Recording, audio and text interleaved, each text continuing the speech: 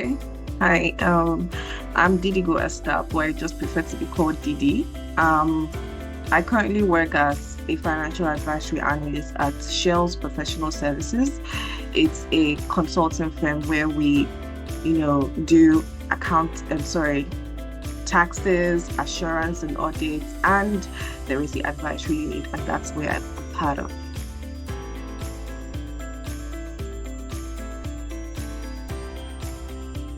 Okay, so prior to signing up for the program, I had heard quite a bit about Brickstone Africa and about the courses that they teach at the African Catalyst.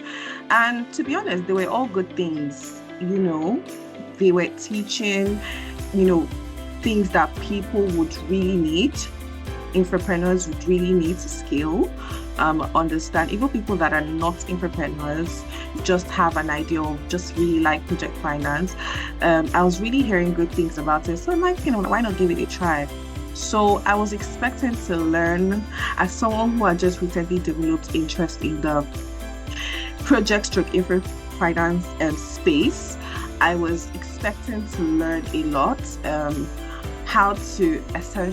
what essentially it is, how I can use it in the future, and the African Catalyst didn't falter. They met expectations. In fact, they exceeded all expectations. So it was really good one.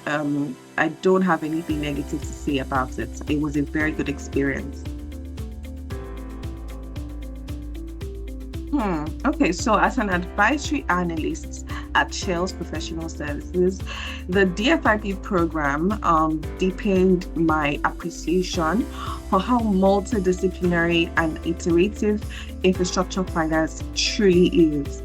So some of my key takeaways would be bankability versus viability. Before taking the course, I didn't know what bankability was, really.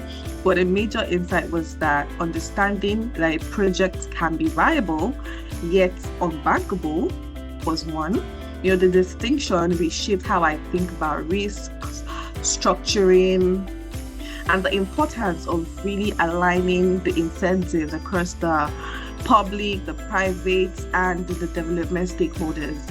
I also took away the importance or rather the power of early stage structuring, the exposure to the transaction grids, and financing roadmaps emphasize that the value is often created not at financial close, but long before, in how the project is framed, structured, as well as positioned. So yeah, those are some key takeaways from me, and ultimately part related to my role at Chills. Okay. So one aha moment for me was realizing that infrastructure is as much as about governance as it is about the engineering and the financing. They really did stress on that. It's not about provision of capital. It's about who is on your management. Who is the management team, the board, and all of that. As well as the sustainability and the governance timelines we developed.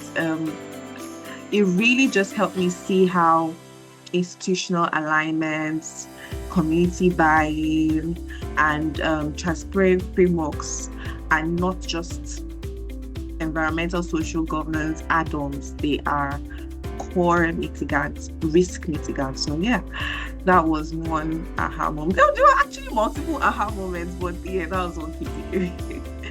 That was one moment for me. So I'm someone that likes to leave an impact, and what better way to leave an impact in finance than in infrastructure finance? I mean, infrastructure is really the backbone of the economy of the country, of the continent. So prior to the FIP program, it was say 30%, but after all of the projects we've done, I'm probably sure it's like 120 right now. That's how much the level of interest has grown. I see myself, partaking in this industry, this segment of the industry for a very long time.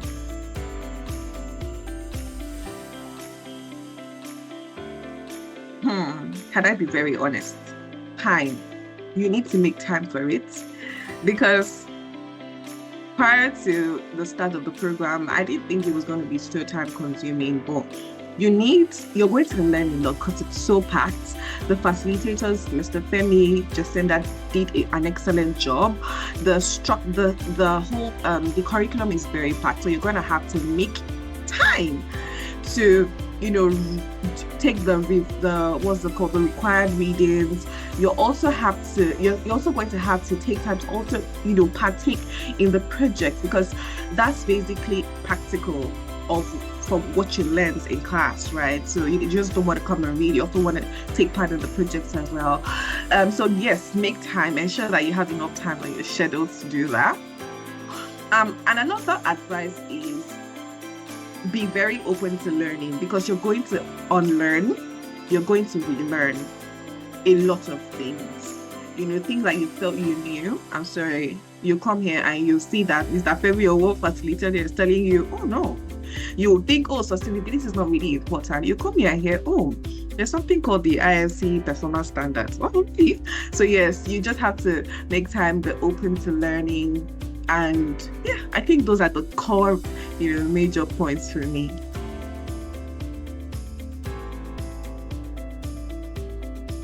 Okay. Clarity, I'll give it a 9.5 over 10. The facilitator's attention to detail, I'd give it a 10 over 10. The entire structure of the program was very rigorous for me, and it was very fast-paced. For people very, very new to finance, that may be very, very constrained. So I'll give it maybe like an 8. There are other factors, but essentially and overall, I'll give the DFI program a solid 9.5 over 10. You all outdid yourselves. I loved it. And the fact that external facilitators, external people came in to talk about the various case studies, just even made it more rich. So yeah, I'll give it a solid 9.5 over 10.